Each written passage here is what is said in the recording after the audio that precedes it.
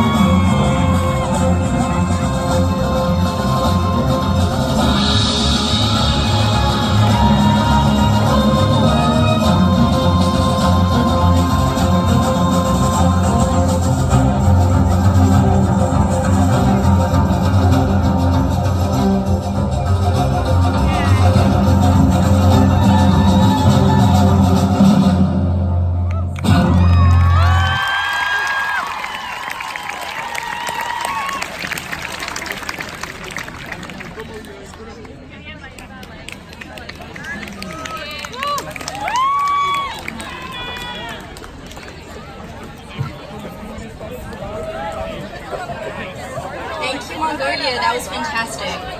And next up, we have Zambia. They'll be doing a traditional dance for us. Let's give it up for Zambia.